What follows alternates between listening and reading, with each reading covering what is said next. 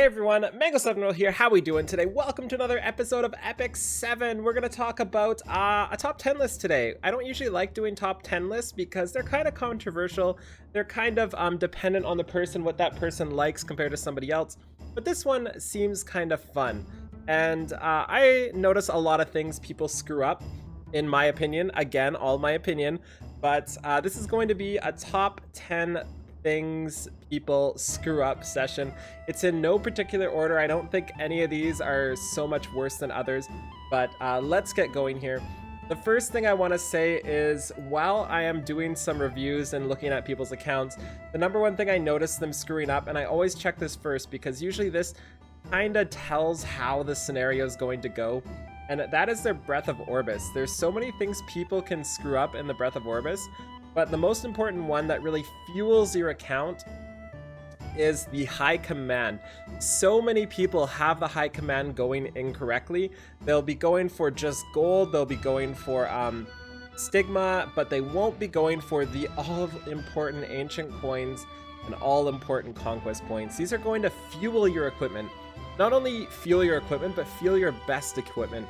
So absolutely 100% need to always be sending these out for conquest points or ancient coins. Any combination of the two works. You can have 2 ancient coins, 2 conquest, depending on what you need currently. I did double ancient coins for the vast majority of my gameplay.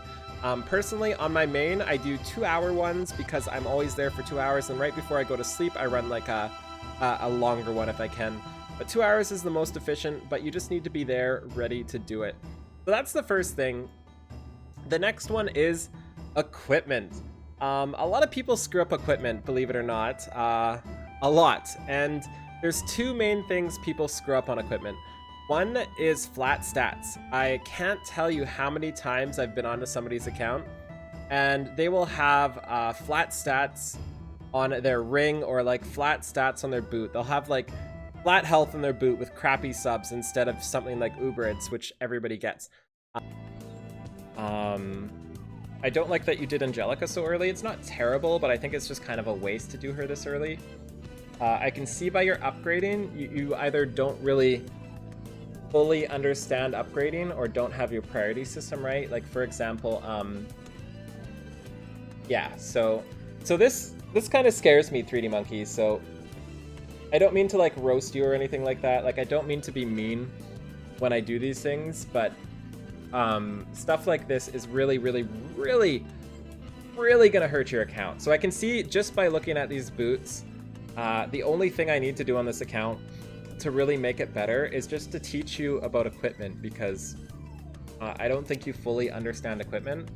That is super wrong, and I understand people get confused in this game and it's a learning process, but just keep in mind you should never ever have flat stats on the right side of your gear unless it's speed on your boots. That's the only flat stat that works. There's very few possibilities where flat stats are right on your right side. There are some, but it's so limited that nobody should really be thinking about it.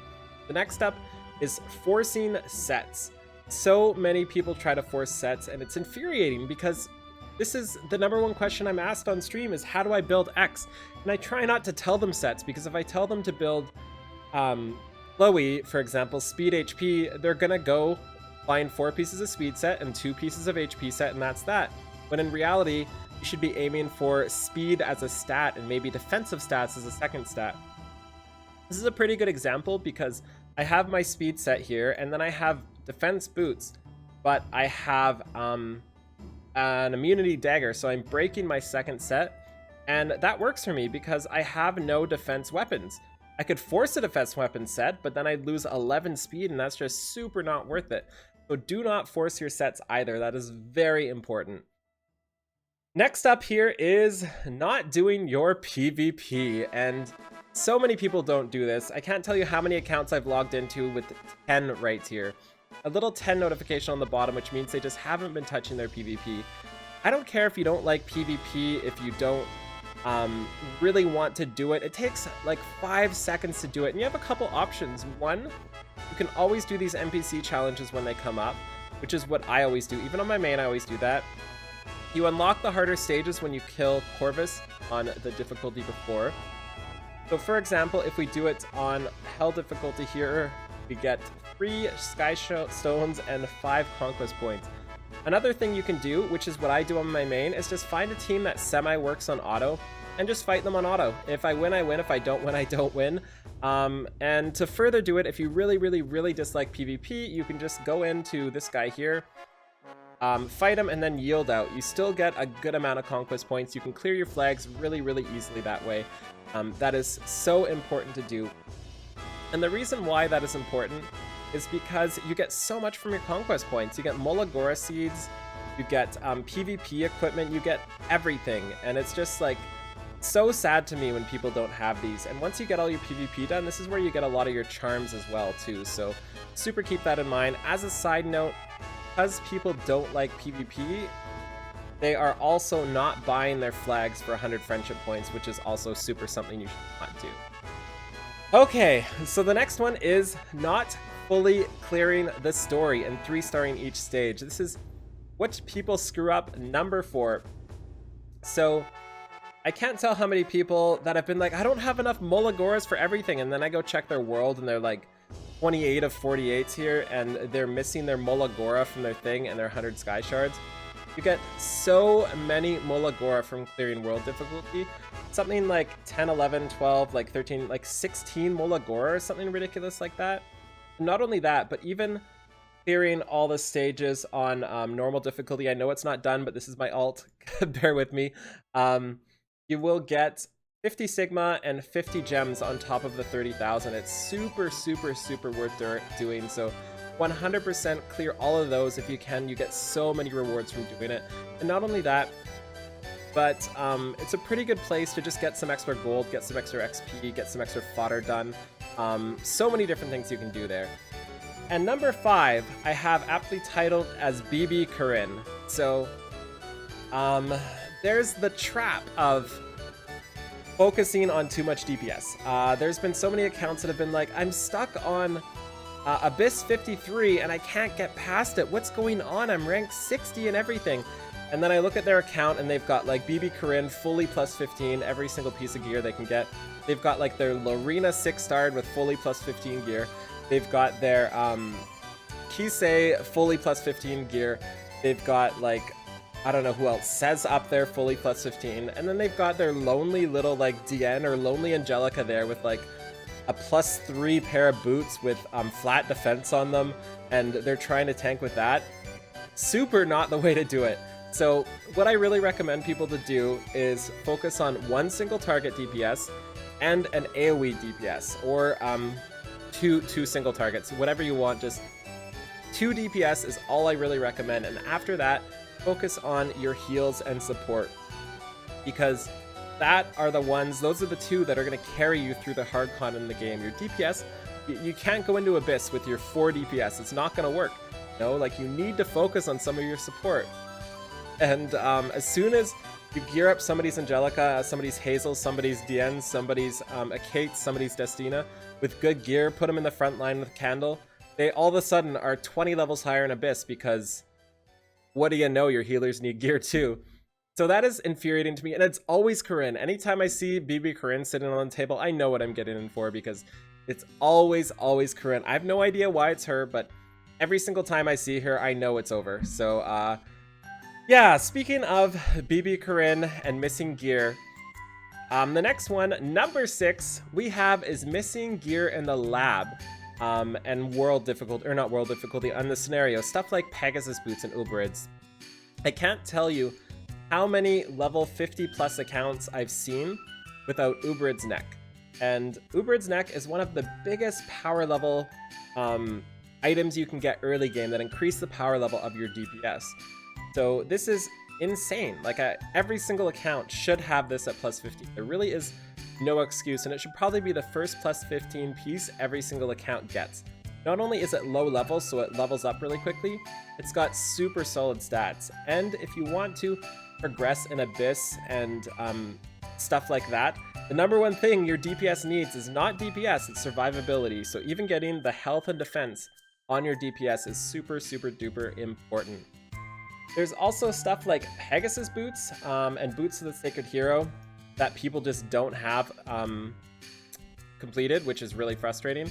And for those of you being like, crap, I don't have Uberids, it's really easy. It's in Tyrell Castle. I think it is in Zone 5.